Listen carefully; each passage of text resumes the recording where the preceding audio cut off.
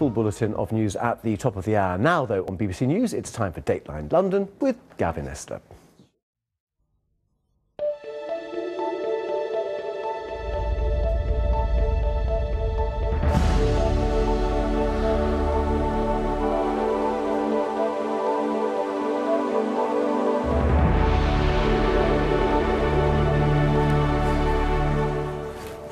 Hello and welcome to Dateline London. The battle for Fallujah, this time in 2014. Is the invasion of Iraq more than a decade ago resulting in the country falling apart now? Do fears about immigration mean it's time to rethink the EU's core policy of free movement of labour? And is the President of France entitled to a degree of privacy in what he claims is his private life? My guests today are Jeff McAllister, who's an American writer and broadcaster, Annette Dittert of Germany's ARD, Nabila Ramdani, who's an Algerian writer, and Ian Burrell of the Daily Mail. Good to see you all. The battle for Fallujah a decade or so ago was one of the turning points in the American attempt to deal with Sunni insurgents in Iraq. Now there's a new battle for Fallujah as the Baghdad government tries to establish its authority. Is the hard truth that in 2014 Iraq, like Syria, is facing a sectarian war, a strengthened presence among extremist groups, and a future in which the country barely functions as a nation state? How do you see what's going on there now, Nabila? Well, the current situation in Iraq, as in Syria, is quite horrific, frankly, and there has been a state of pretty much perpetual conflict since the US-led invasion in 2003 in Iraq. And, you know, the figures of the number of Iraqi who died since 2003 speak for themselves. They are quite a grim barometer, and they are all more clear evidence of what a disaster the Iraq war was effectively from start to finish. More than 500,000 Iraqis died since 2003. 2013 was the most perhaps lethal year as far as the figure of dead people is concerned, with more than 9,000 people and more than 250 people since the beginning of the year in January. So this is an indication of, you know, the horrors following the invasion, and also the nature of who's fighting who. Do you think, I mean, these things take perhaps a very long time to work out, but do you think that actually what we're seeing is ultimately a redrawing of the boundaries that the imperial powers imposed after the Versailles Treaty and around that time, and that actually as a state Iraq and perhaps Syria just don't function, and so what we're going to see is a kind of balkanization with a Sunni area, a Shia area and a Kurdish area, because we're seeing that already in a way? Yes, very much so. I mean, the country looks like it's very much on the brink of a sectarian war, and indeed a civil war pitting Iraqis against Iraqis. But the tensions are very much around a Shia-led government, US-backed, it has to be said, which is extremely ineffective, massively corrupt, and who oppresses and marginalizes the minority of Sunni Arabs. And Al-Qaeda, the resurgence of Al-Qaeda fighters in groups like the Islamic State of Iraq and the Levant, which are not only active in Iraq fighting al-Maliki's government, but also increasingly in Syria, and the two conflicts are effectively feeding each other. Well, I mean, I was struck by, you know, those comments in 2003 by Colin Powell, then US Secretary of State, if you break it, you own it. But actually what has happened is that the British and the Americans' contribution has been to get out and to say, sort it out yourselves now. Well, it's true. I mean, it's absolutely clear that what was unleashed there, the stupidity of it, is becoming more apparent by the day, and that it's opened up all sorts of changes there. It's boosted the power of Iran. It's widened the divisions between the Sunni and the Shia across the whole region. Now you've got new elements coming in, such as the weakening of America's relationship with Saudi Arabia, which is so significant. I think we have to keep in perspective that Iraq is not yet Syria. Syria is in a far worse state. You know, 100 times worse.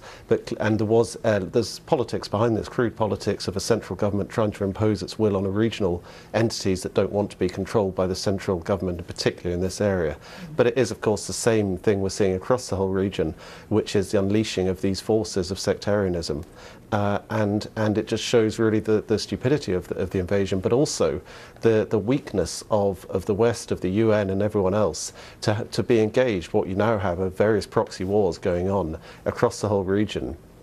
being fought by lots of different players, and it's impossible really to see how it ends, except very, very badly for the people living in these regions. How do you think people in Washington see this now? I mean, the American public is perhaps a different kettle of fish, but this is also the year when withdrawal is taking place from Afghanistan. We're told by the British and the Americans there it's all gone pretty well, we've done a good job and we're getting out. Now, anybody looking at recent history in Iraq would say that may not be the case, actually. I think the mood in the U.S. is, did we really have anything to do with this? I mean, it's almost a willful attempt to forget and to move on, because it's a mess. Clearly, there's a sense among the policy makers that we certainly made or seriously contributed to the mess, but there's no idea of what to do next, and so people have basically given up. The idea that you might be able to reinvade, which, you put an awful lot of boots on the ground or do something. You need to do an awful lot more than we're doing to be able to change things. There's no appetite for that, and it didn't work very well the first time. Afghanistan, too. You can hardly call it a success, but there's not going to be any will to stay any longer than absolutely necessary. So, and have we created more sanctuaries for al-Qaeda to breed militants? I mean, there's been reports that in Syria they're looking for Westerners, from Americans who are fighting, in order to send them back to do terror in countries because they'll be able to have passports and look the part. We have unleashed a gigantic can of worms, and there is no, I think there's a sense of regret and in some people a sense of guilt in the U.S. that we have done wrong, but there's no political coalescing to do anything different or more. It's interesting, Annette, isn't it? Because the 21st century started with a degree of optimism, the words liberal interventionism, do good things. I mean, this was all, what's that old phrase, the road to hell is paved with good intentions. Yeah. People did think they were doing good things, which haven't turned out very well. Yeah, and even for Obama, not in the case of Afghanistan, which is probably even worse for him than the situation in Iraq personally, because we must not forget this was his war. When he came to power, he said, okay, Iraq was wrong, that was George Bush. Now we will do Afghanistan, we will do it right. And at the end of this year, he will pull out and probably will not have this very important bilateral security deal that he wanted to have signed with Karzai. The relationship with Karzai is getting frostier by the week. Robert Gates, the ex-defense secretary, has just published, or will publish next week, it's coming out, a book where he accuses Obama of having no real strategy with Afghanistan, where he writes it down that they have tried to oust Karzai in 2009, what he always had accused the US of. So very probably there will be no orderly retreat at the end of the year. There will be very probably no bilateral security deal. So some kind of sensible military presence isn't secured, so this might be the next big mess. And Robert Gates' book, I mean, Robert Gates, who was at the heart of American policy making in various ways for a very long time, is absolutely scathing, for instance, about Joe Biden, the Vice President of the United States. And this will damage the relationship, especially, I think, with Afghanistan, from what we know so far, what is in the book, immensely. Well, I mean, looking to the future, do you think that there can be, given the complexity of the players, what Qatar does, what Saudi Arabia does, Iranian interests, also Turkish interests, particularly in Syria, do you think that we're going to see this playing out over many, many years, not just in Iraq and Syria, but elsewhere? So in other words, all this stuff about the Arab Spring, making it seem as if some kind of season there'll be a lot of good news, obviously has proved to be also nonsense. Well, absolutely. And what the Syria case in particular has proved is very much a war by proxy. In fact, Syria has all the elements of a very nasty conflict. It's a sectarian war, it's a civil war, and it's a war by proxy, pitting Shia against Sunnis. And in the case of Afghanistan, I think it's very optimistic of David Cameron to say that the mission of British troops in particular will be completed when Britain leaves by the end of 2014. I think in Afghanistan we'll see, those sectarian divisions play out and regional influences play out in Afghanistan when troops pull out. Do you think, though, that actually that's just what politicians have to say, particularly when they've inherited a war or a conflict? They have to say, because British troops have died and nobody wants to think they've died in vain. American troops have died, the politicians are obviously going to say yes, it's all, you know, it's all absolutely. 447 for a good thing. soldiers, British soldiers, have died. There's more than 5,000 troops personnel currently on the ground.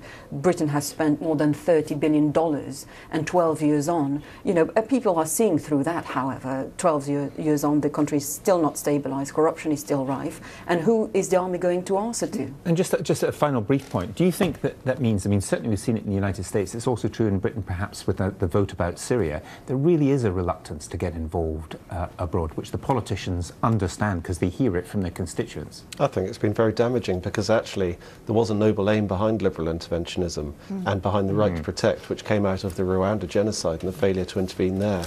And there have been successes. It's easy to forget the successes. You look at Britain and Sierra Leone, it was a great success. You look at the French actions in Mali, which is a long way from being solved, but actually what they did was very good, very welcomed by the Malian people, and actually quite noble interventionism with a very good cause and very necessary. And I think the tragedy is that you have this growing isolationism, which you're seeing in various countries and in various factors, but you're seeing it in America, you're seeing it in Britain, you're seeing it across Europe. And combined with this revolutionary process going on across areas of North Africa, the Middle East, across into sub-Saharan Africa, we're going to see it in Afghanistan. And I think we all got used to the idea that revolutions were an easy thing in 1989 with what happened in Eastern Europe. Actually, of course, a revolutionary process is a very, very long and brutal and bloody and difficult process, and it's incredibly unpredictable. And you combine that with all the sectarianism going on and various other factors. We're yet to see what's going to happen with Saudi Arabia, where I think there's a lot to play for there, and has been such a corrosive presence around the world, and in many ways the cause of a lot of the problems. And things are going to happen there. You know, we're just at the beginning of a process. Okay, let's move on, because one of the core principles of the European Union is the free movement of labour, although, as we've seen with Romania and Bulgaria in the past few years, there have been attempts to restrict that freedom, at least for a time. Does the unease in Germany and in Britain in particular over immigration mean it's now time to rethink some of the core principles of the EU? I mean, there is great unease in Germany. We know in Britain about what's going on here. It's a huge debate, but also in Germany. It's very interesting what's happened in Germany just this week. Other than here, this whole immigration debate was at a rather low tone for a long time. But last week, there was a case, a Romanian woman who has been living in Germany for 3 years, who had never worked there, who applied for benefits and was denied that by the council. And then she went to the European Court and sued. And the European Commission this week, Friday morning actually, yesterday morning, put out a statement saying that Germany cannot automatically deny that, which sparked a major uproar in Germany, and not only in the right-wing parties, but also in Merkel's party, in the CDU, who all said this cannot be, that they interfere to that degree. And this whole uproar sort of rose to a point that the EU Commission yesterday evening had to send out a spokeswoman in front of the press to clarify that what they had wanted to say was not that automatically you have to pay out benefits, but that you have to very closely look into the individual case. It was very interesting insofar as this whole debate hasn't been that high profile yet in Germany at all. There is no anti-EU undercurrent either there, but it has shown that it's a very sensitive thing, that even in a rather moderate, not anti-European country like Germany, the EU Commission has to be very, very careful what they say and how they say it. And of course, I mean, you've written a lot about this and not always popular in broadly supporting the idea of immigration as being good for this country. But do you think you would accept this, as the Labour Party appeared to accept this week, that there is a difference between the free movement of labour if you've got a job, if it's the free movement of labour and you've not got a job, that may make a difference? No, I don't accept that at all. I think it's the most depressing dog whistle politics we're seeing now from Labour, who are completely panicking on this, just as the Tories have and even the Liberal Democrats have, and they're just doing anything to try and say it's all right, we're on your side and we understand your pain. The truth is that the immigration polling shows that there hasn't really been a change in attitudes over the last 30, 40 years. There's always been hostility to immigration on a national level, but equally at a local and personal level it's not a big political issue. And that's what people don't understand.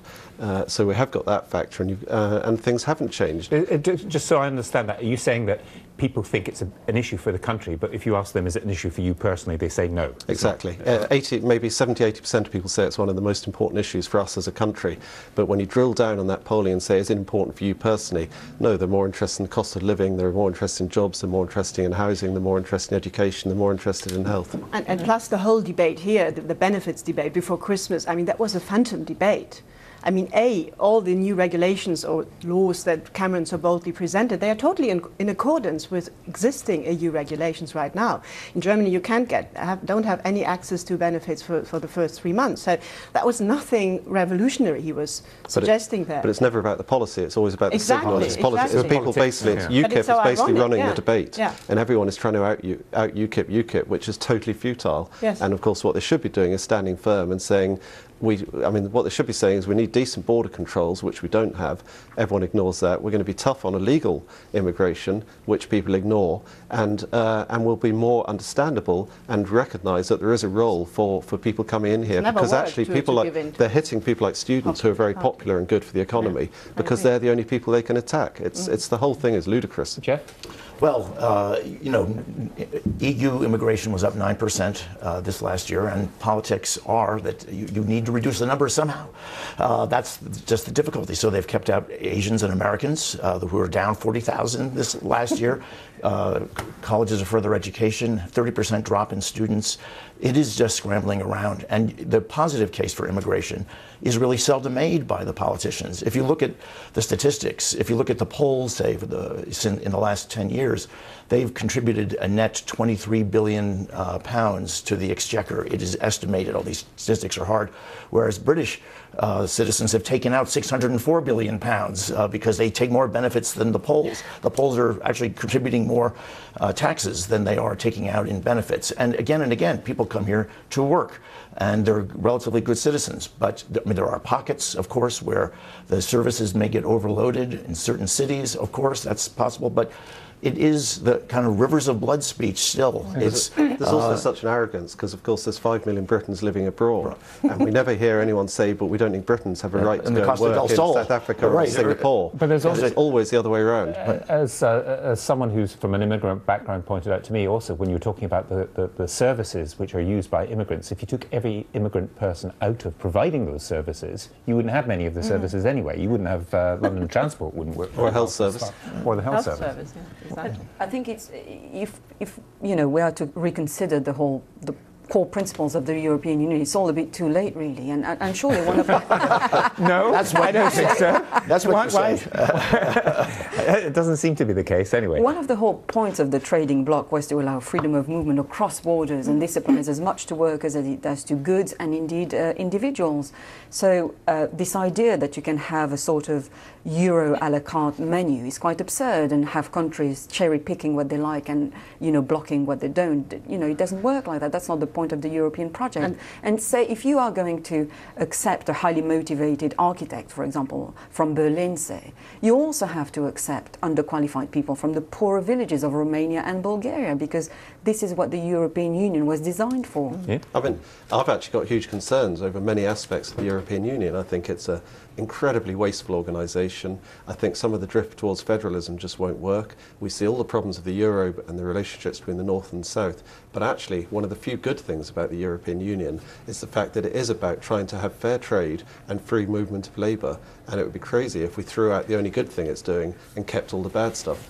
Right. It will never happen anyway. I mean, that's why I find whether Britain's in or out. Yeah, that's why what I find so risky about Cameron's referendum strategy, that he keeps sort of the hope up that there might be some renegotiating of these cornerstones of the EU, and this will never happen. And anyway. Okay, well, we're going to stick on European matters, but slightly different tone now, because Francois Hollande is said to be the least popular president in France's recent history. Now, after a magazine published allegations he's having an affair with an actress, he's threatened legal action. Is such a high-profile public figure entitled to claim privacy, or as head of state and government? Must leaders now expect scrutiny of all aspects of their character? It wouldn't happen here, would it? We wouldn't have I mean, if a British politician were caught in similar circumstances, there would be a big row, but there wouldn't be a lot of options for him to pursue legal action for privacy. No, and it's funny, of course, he's not denying the affair, he's just attacking the right to privacy. I mean, I wonder, actually, he's been such a disastrous president and such a failure on the economic front, and whether this might be the first thing he's done which might be remotely popular with some people. But of course, most people will also, again, he manages to ruin even this by turning up with the motorcycle helmet on the back and getting his croissants delivered by his bodyguard. Allegedly. Allegedly, everything allegedly. You have to say that. But he manages to turn even this to farce, which somehow sums him up. He might be the first president who will not have an increased popularity by that. As a result of it. I mean, how do you think this is seen in France? Because certainly a lot of the reports I've heard here say French people are kind of thinking, actually, Hollande may not be a great president, but he is entitled to a degree of privacy. Well, I think what has changed in the coverage of such matters in France is, first of all, the role that the internet is currently playing. You can't, stop stories from spreading, around the world.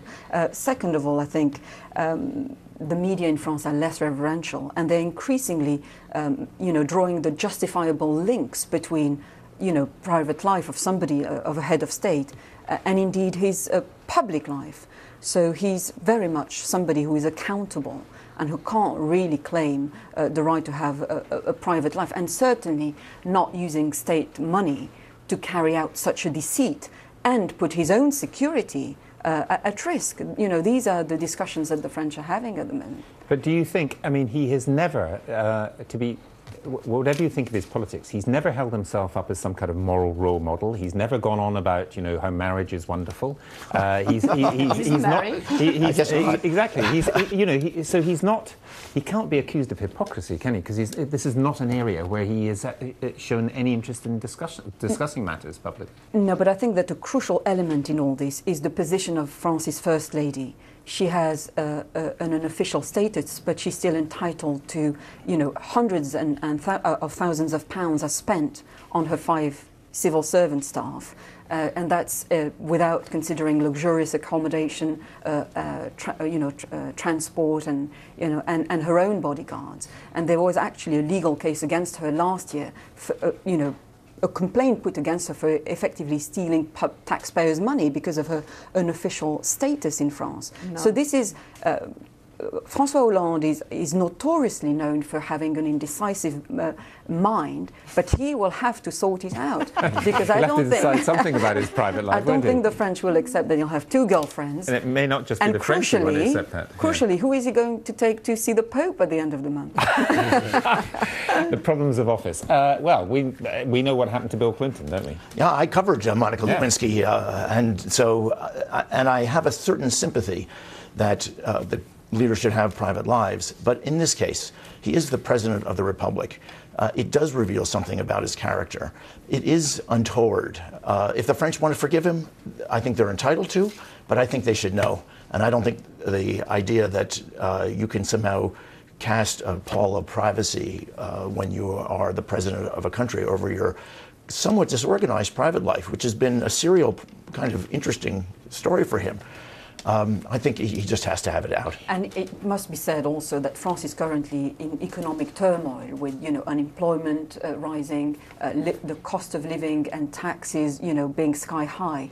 And clearly the president has his mind on other matters. And it has been said time and time again that Sarkozy was spending far too much time at the beginning of his presidency, speaking about his love life. He's achieved very little for France. And it seems that Hollande is going down the exact same route, in spite of claiming that he was, offering an alternative to the vulgarity of the Sarkozy circus. I mean, this is a very minor matter in comparison, but am I right in thinking that Angela Merkel, some people said, she makes eggs for her husband's breakfast, and this was a little revelation about her private life, and some people said, is she just the little woman when she's the chancellor, whereas other people said, that's great, she's keeping things together. In other words, you can't completely draw a line between what's public and what's private, particularly when you use bits of your private life to create a political persona. No, I mean, definitely. I mean, although she very little uses it, one has to say. I mean, her rather modest lifestyle is something she tries to protect as well. I mean, you could also use it the other way around and say, listen here, there I am, I do my shopping myself in the supermarket. And she tries and she does do all that. She does do all that, really. She even has her underpanties, as somebody, I don't know whether it was in the Mail or somewhere, said here, Anne McAlvoy said that at some point, in her bathtub to sort of save on electricity or something like that. It's true. But she doesn't really, I mean, she's probably the least glamorous person in Europe at But the that's moment. probably one of the reasons why she's been successful Exactly. at a time of real. I mean, that was when her phone was hacked. She said it's not really interesting, and I believe her. She was still annoyed, though. Yeah, she was still annoyed. Still annoyed. I mean, it is true that some politicians use their, or are happier, let's put it that way, to have their family life a bit in the media because they like to be portrayed as family people. Even goes as far as Mitt Romney was quite often photographed with his grandchildren. Nothing wrong with it, but once you start down that road, then you open yourself up to different scrutiny, perhaps. I think the truth is that personal is political, and you understand a politician and a leader better by understanding more of their private life. But equally, I think this is a very anachronistic debate, because in 10 years, 15 years' time, we won't be having it, because privacy is going to be a thing of the past anyway with technology. And, and even your fridge can monitor your movements. The idea that you're going to be able to do things like this, we're moving into a different era. The younger generation's already more comfortable with it. And as technology changes, I think actually the whole idea of privacy for humanity is going to change. We've just got about 30 seconds left, but one of the things that does strike me, and with the Clinton example, was very interesting. At the start, I couldn't believe that the American people would forgive him. I was there too and covered it all, and at the end they did, because people are very often grown-ups about the difference between what really affects them and the stupidities occasionally of their leaders. I used to do weekly radio broadcasts with the poll numbers the Time magazine would pay for. 60% of approval rating, 68% approval rating. Unbelievable. But you're right. I think people really can make the difference. And in this case, it was maybe dangerous to have an affair in the Oval Office with an intern. It wasn't just a high-class affair. Okay. Anyway. Let's leave it there. That's it for Dateline London for this week. We're back next week at the same time. You can, of course, comment on the programme on Twitter at Gavin Esler, #BBC Dateline. Goodbye.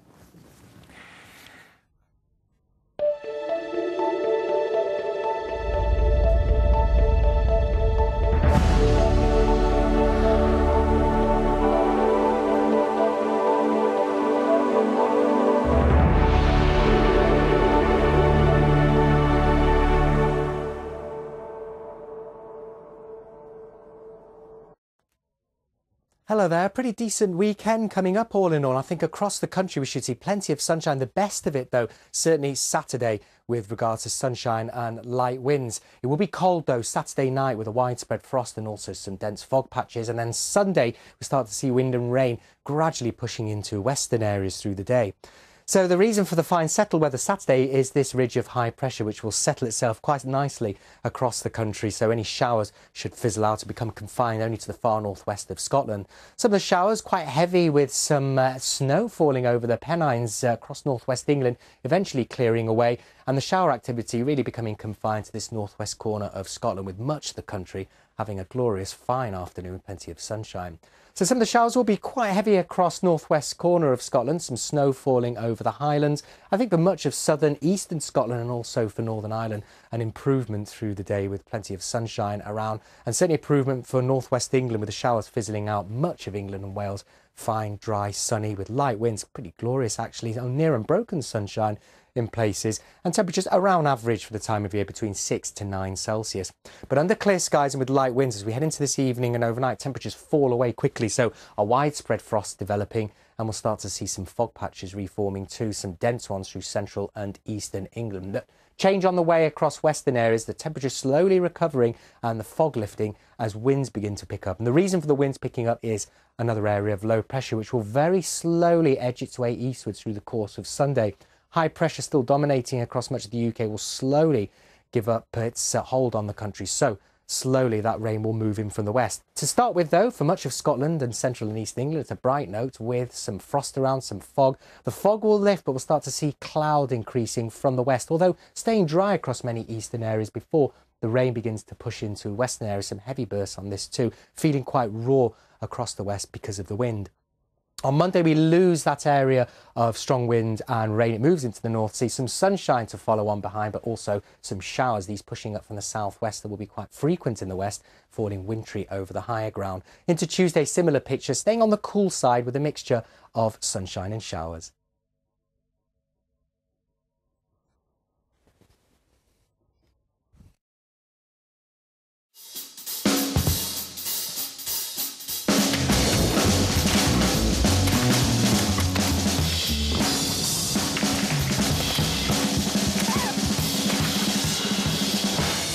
art of snooker. The Masters, live, tomorrow at 1 on BBC Two.